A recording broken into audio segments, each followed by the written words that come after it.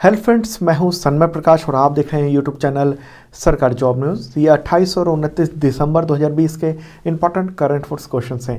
PDF available है with notes MCQ इस video के डिस्क्रिप्शन में मिल जाएगा, या आप इसे वीडियो खत्म होने से ठीक पहले मेरे बगल में जो डाउनलोड का लिंक आता है वहाँ से ले सकते हैं। बहुत सारे क्वेश्चन बहुत इंपॉर्टेंट आपके एग्जामिनेशन के लिए, जैसे दुनिया का सबसे बड़ा आइसबर्ग कौन सा है जो दक्षिणी ध्रुव से निकल कर कहीं और जा रहा है, उसका नाम क्या है। देश की पहली ड्राइवरलेस मेट्रो ट्रेन कहाँ पर शुरू हुई है, क्या है उसमें खास बात। टोक्यो ओलंपिक से कौन सा देश बाहर हो गया है, बैन भी कर दिया गया है 2 साल के लिए। केंद्र सरकार ने 4 फिल्म और मीडिया इकाइयों का विलय कर दिया है, तो नया नाम क्या है विलय होने के बाद। अमेरिका और रूस के बाद भारत जो है वो हाइपरसोनिक विंड टनल परीक्षण शुरू कर दिया उसने। तो क्या होता है हाइपरसोनिक और कितना बेहतरीन चीज़ है ये कहाँ किस राज्य में स्थित है। इसके अलावा ग्लोबल सीकर्स अवार्ड है और भी कई सारे क्वेश्चन हैं, सब पर बात करते हैं थोड़ा डिटेल में एमसीक्यू के साथ। उससे पहले एक इम्पॉर्टेंट इन्फॉर्मेशन, आप सबको इंतज़ार था 2020 का जनवरी से दिसंबर तक का जो बुक है वो उसका आने का। अमेजन पे अवेलेबल है, इस वीडियो के डिस्क्रिप्शन में इसका लिंक भी वहाँ दिया हुआ है, ओके। और इसका पीडीएफ तो पहले से है इस वीडियो के डिस्क्रिप्शन में, वो भी आप देख सकते हो। तो शुरू करते हैं ये करंट अफेयर्स आज का। और पहला क्वेश्चन, दुनिया के सबसे बड़े आइसबर्ग यानी हिमखंड का नाम बताएं जो अंटार्कटिका से टूटकर समुद्र में बह रहा है और वैज्ञानिकों की चिंता का कारण बन गया हो। आंसर होगा इसका A68A आइसबर्ग, ओके। ये नाम आप ध्यान रखना। दक्षिणी अटलांटिक महासागर के इस आइसबर्ग ने वैज्ञानिकों की चिंता को बढ़ा दिया है।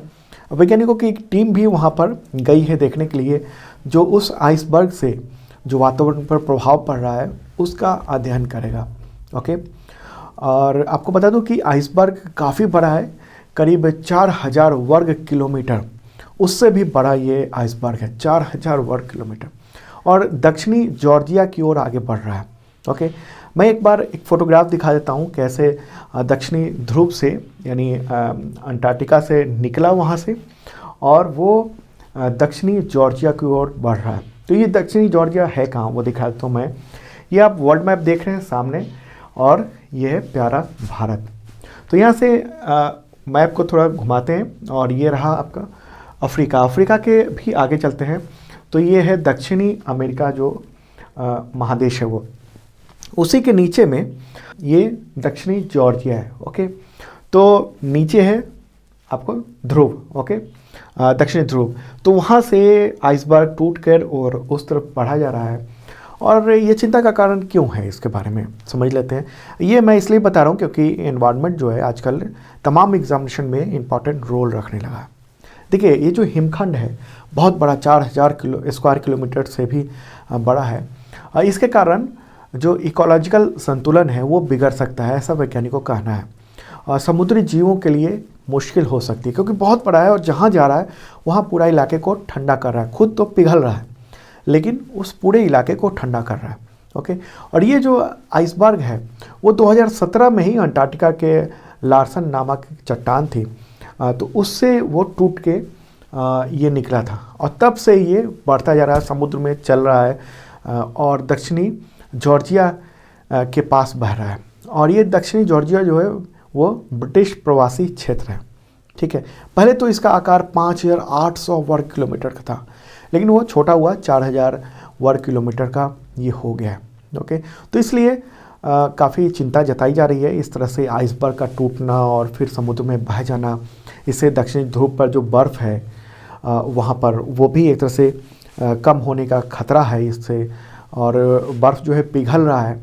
तो ये एक चिंता की बात है, इसलिए चर्चा हो रही है, और मैंने सोचा कि आपको बताना चाहिए इसके बारे में। अगला क्वेश्चन लेते हैं। प्रधानमंत्री नरेंद्र मोदी ने 28 दिसंबर 2020 को देश की पहली ड्राइवरलेस मेट्रो ट्रेन की शुरुआत की, तो किस केंद्र शासित प्रदेश में की? आंसर होगा दिल्ली, ओके। मुझे लगता है सबको पता हो गया होगा अब तक। प्रधानमंत्री ने वीडियो कॉन्फ्रेंसिंग के जरिए इसकी शुरुआत की, और वैसे तो ये जनकपुरी पश्चिम स्टेशन से बॉटनिकल गार्डन मेट्रो स्टेशन तक करीब 37 किलोमीटर 37 किलोमीटर लंबी जो मैजेंटा लाइन है उस पर ये शुरू की गई है। और ये सिस्टम ऐसा है कि 2 ट्रेन अगर एक ही ट्रैक पर आ जाएं तो अपने आप रुक जाएंगी, ठीक है। ड्राइवर लेस है, मतलब ड्राइवर उसमें नहीं होगा, ऑटोमेटिक चलेंगी। और मेट्रो के सफ़र के दौरान कई बार झटके जैसी भी स्थिति होती है, तो वो ड्राइवरलेस ट्रेन में नहीं देखने को मिलेगा। ऐसा मेट्रो जो दिल्ली मेट्रो है उसकी प्रेस रिलीज आई है, उसमें ऐसा उसका कहना है। ठीक है, और ट्रेन में चढ़ने उतरने के दौरान पैसेंजर्स को भी परेशानी नहीं होगी, ऐसा कहना है। तो ये सिस्टम काम कैसे करता है, मतलब ड्राइवरलेस मेट्रो कैसे चलता है? तो देखिए, ये जो है कम्युनिकेशन बेस्ड ट्रेन है और कंट्रोलिंग सिस्टम से लैस है। Communication based train control signal system. Okay, ये वाईफाई की तरह काम करता है जो मेट्रो को सिग्नल देता है और चलती है ट्रेन। ओके, और मेट्रो में लगे रिसीवर सिग्नल मिलने पर रिसीवर को सिग्नल मिलता है, फिर वो आगे बढ़ता है। और विदेशों में कई जगह इस तरह के मेट्रो का यूज़ किया जा रहा है, ड्राइवरलेस मेट्रो का, तो अब इंडिया में देखने को मिल रहा है। ओके, और आने वाले वक्त में हो सकता है ड्राइवरलेस कार भी हो जाए, क्योंकि बहुत सारी जो कंपनियां हैं वो इस तरह के टेस्ट कर रही हैं।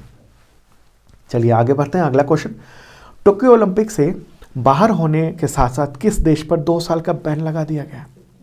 आंसर होगा रूस, रसिया के। ठीक है, अगले 2 ओलंपिक यानी ग्रीष्म और शीतकालीन, तो उनमें से किसी में भी वो शामिल नहीं हो पाएगा। न तो उसका नाम इस्तेमाल हो पाएगा रूस का, न उसका झंडा इस्तेमाल हो पाएगा, न ही राष्ट्रगान का उपयोग हो पाएगा। बैन कर दिया गया। ठीक है, खेल पंचायत जो है उसने ये फैसला किया है। तो अब सवाल उठता है कि ऐसा क्यों किया गया इस पर? तो देखिए, डोपिंग के बहुत सारे मामले थे और ये भी आरोप लग रहा था कि रूसी सरकार जो है इसमें दखल कर रही है डोपिंग में। डोपिंग मतलब ऐसा कुछ चीज़ आर्टिफिशियल स्टेमिना बढ़ाने का, कुछ आर्टिफिशियल चीज़ें इंजेक्शन लेना या उस तरह के कुछ खाद्य पदार्थ लेना, मतलब ऐसा हो जो कि बैन हो।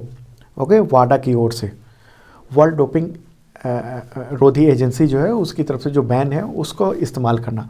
तो ये बात हो रही थी कि रूस की सरकार भी इसमें इन्वॉल्व है, इसलिए रूस पर ही बैन लगा दिया। हालांकि जो खिलाड़ी और जो टीमें अगर डोपिंग मामले में नहीं फंसते हैं, यानी डोपिंग टेस्ट में बरी हो जाते हैं, तो वो टोक्यो ओलंपिक में खेल सकते हैं। और 2022 में जो बीजिंग में होने वाला है शीतकालीन ओलंपिक, तो उसमें भी शामिल हो सकते हैं। लेकिन ये है कि रूस का नाम इस्तेमाल नहीं होगा, रूस का झंडा इस्तेमाल नहीं होगा और वो इंडिपेंडेंट खिलाड़ी के तौर पर खेलेंगे, वो किसी कंट्री के तौर पर वो नहीं खेल पाएंगे। ठीक है, ये हुआ है, एक इम्पॉर्टेंट बात है, बहुत बड़ी बात है किसी देश का 2 साल के लिए बैन कर देना, तो इसलिए थोड़ा डिटेल बताया मैंने। आगे बढ़ते हैं। अगला क्वेश्चन, केंद्रीय मंत्रिमंडल ने सरकार द्वारा संचालित 4 फिल्म और मीडिया इकाइयों का विलय करने की मंजूरी दी है। तो अब नई जो एजेंसी हो गई है तो उसका नाम क्या है? आंसर है इसका राष्ट्रीय फिल्म विकास निगम। ओके, किस किस को मर्ज किया गया है? फिल्म डिवीजन, फिल्म समारोह निदेशालय, भारतीय राष्ट्रीय फिल्म अभिलेखागार और बाल फिल्म सोसाइटी का विलय कर दिया गया है। किसमें?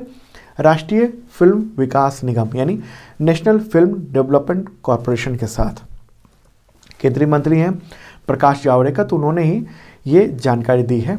चलिए अगला क्वेश्चन लेते हैं। बिहार के मुख्यमंत्री नीतीश कुमार ने जनता दल यूनाइटेड यानी जेडीयू के अध्यक्ष का पद छोड़ दिया, तो अब इस पार्टी का राष्ट्रीय अध्यक्ष किसे बनाया गया है? आंसर होगा आरसीपी सिंह यानी रामचंद्र प्रसाद सिंह। आरसीपी सिंह शॉर्ट में कहते हैं। ओके, पटना में जेडीयू की राष्ट्रीय कार्यकारिणी की मीटिंग हुई और 27 दिसंबर को, और उसी में इस नाम का ऐलान किया गया है। ओके, अब वो पहले राष्ट्रीय उपाध्यक्ष थे और राज्यसभा सांसद भी हैं अभी, तो वो तो रहेंगे ही और अध्यक्ष बना दिए हैं। देखिए, एक और बात हो रही है कि रशाकशी चल रही है बीजेपी और जेडीयू में।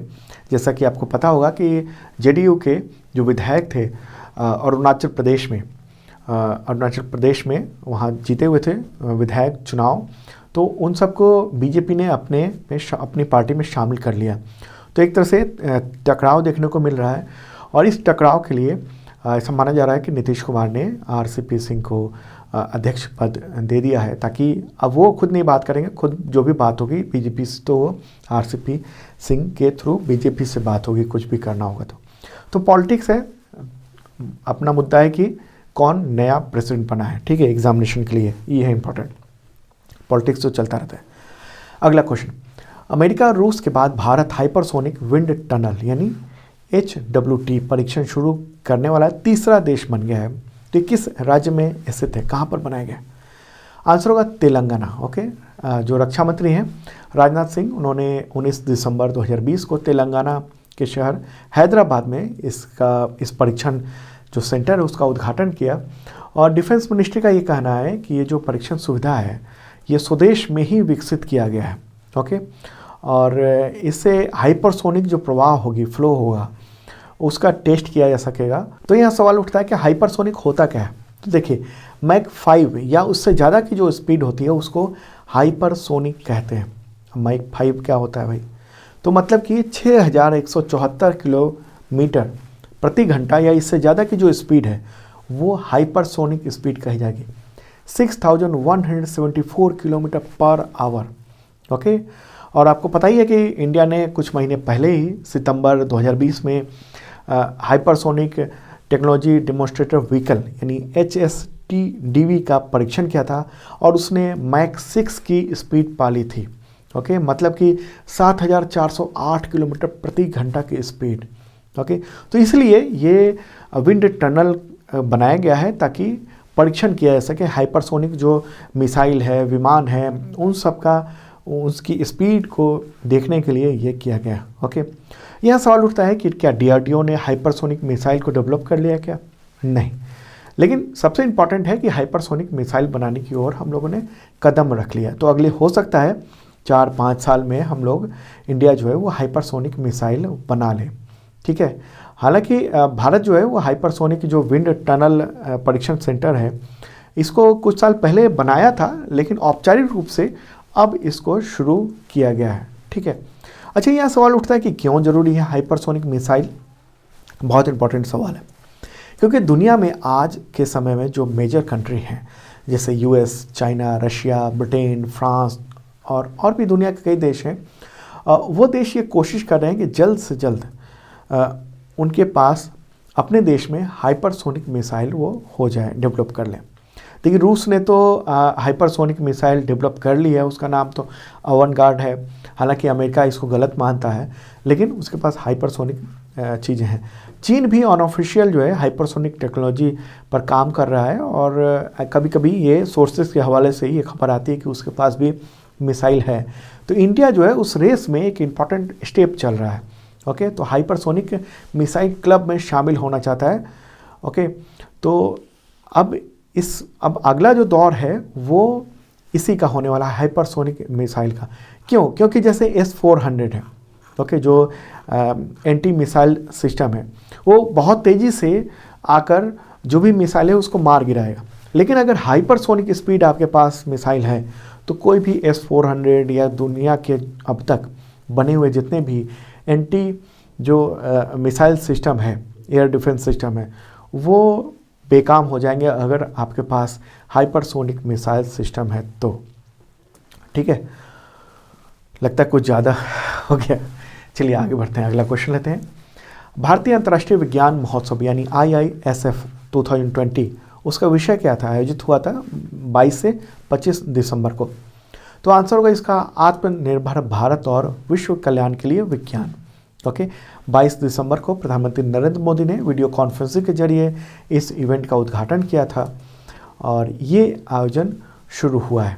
ठीक है, और अब तो खत्म ही हो गया 25 दिसंबर को। अगला क्वेश्चन, BCCI ने घरेलू टूर्नामेंट सैयद मुश्ताक अली ट्रॉफी 2020 का शेड्यूल जारी किया है, तो ये कब खेला जाएगा? आंसर होगा 10 से 31 जनवरी 2021। ठीक है, ये ध्यान रखने की बात है।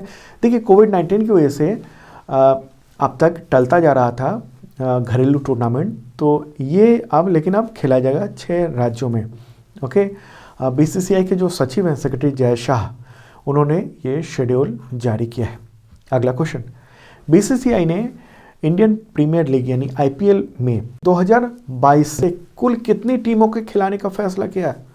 इंपॉर्टेंट क्वेश्चन हो सकता है एग्जामिनेशन में आए। आंसर होगा 10। ठीक है, 10 टीमों को खिलाने का फैसला हुआ है। अभी तक देखिए 8 टीमें ही खेलती थी IPL में, लेकिन 2 टीमें अब बढ़ जाएंगी, तो इस तरह से 10 टीमें हो जाएंगी 2022 से। ठीक है, 2021 में जो होगा वो तो 8 ही होगा, लेकिन 2022 से 10 टीमें हो जाएंगी। उसमें कुछ और फैसले हुए, जैसे राजीव शुक्ला को औपचारिक तौर पर बीसीसीआई का उपाध्यक्ष बना दिया गया है, और जय शाह जो हैं वो आईसीसी में भारत के रिप्रेजेंटेटिव होंगे। वो आईसीसी के चीफ एग्जीक्यूटिव मीटिंग में भी बोर्ड का प्रतिनिधित्व करेंगे। ये इंपॉर्टेंट बात हुई है। अगला question, associated chambers of commerce and industry of India यानी एसोचैम, उसके नए अध्यक्ष के रूप में किसने पदभार संभाला? आंसर होगा विनीत अग्रवाल। ठीक है, अभी हाल ही में उनको जिम्मेदारी ये सौंपी गई है। ओके, अगला क्वेश्चन लेते हैं। नृत्य इतिहासकार और आलोचक सुनील कोठारी का निधन हो गया है 27 दिसंबर 2020 को। तो उन्हें कौन सा सम्मान मिला था? आंसर होगा पद्मश्री और संगीत नाटक अकादमी पुरस्कार। तो ये दोनों अवार्ड उनको मिल चुके थे। 87 ईयर के थे, इम्पॉर्टेंट व्यक्ति थे। दिल का दौरा पड़ने की वजह से उनका निधन हो गया। उनका जन्म कब हुआ था? तो 20 दिसंबर 1933 को मुंबई में हुआ था। ओके, एक इम्पॉर्टेंट पर्सनालिटी थे वो। अगला क्वेश्चन, साहित्यकार शमसुर रहमान साहब का निधन हो गया 25 दिसंबर 2020 को।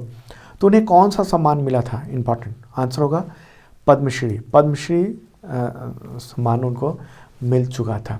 प्रयागराज के रहने वाले थे, कोविड-19 की वजह से उनका निधन हो गया। ओके, और आपको बता दूं कि उन्हें 16वीं शताब्दी में जो विकसित हुई उर्दू में कहानी सुनाने की कला है, जैसे उसको कहते हैं दास्ताना गोई, तो उसको पुनर्जीवित करने के लिए जाना जाता है उनको। अगला क्वेश्चन, ग्लोब सॉकर अवार्ड्स में किस फुटबॉलर को player of the century award मिला? आंसर होगा Cristiano Ronaldo. Okay, Cristiano Ronaldo पुर्तगाल और यूवेंटस उसके स्टार फुटबॉलर हैं। तो उनको ये अवार्ड दिया गया है 27 दिसंबर को, अभी हाल ही में। अगला क्वेश्चन, ग्लोब सॉकर अवार्ड में किस फुटबॉलर को प्लेयर ऑफ द ईयर 2020 का खिताब दिया गया? आंसर होगा Robert Lewandowski. Okay, Robert Lewandowski.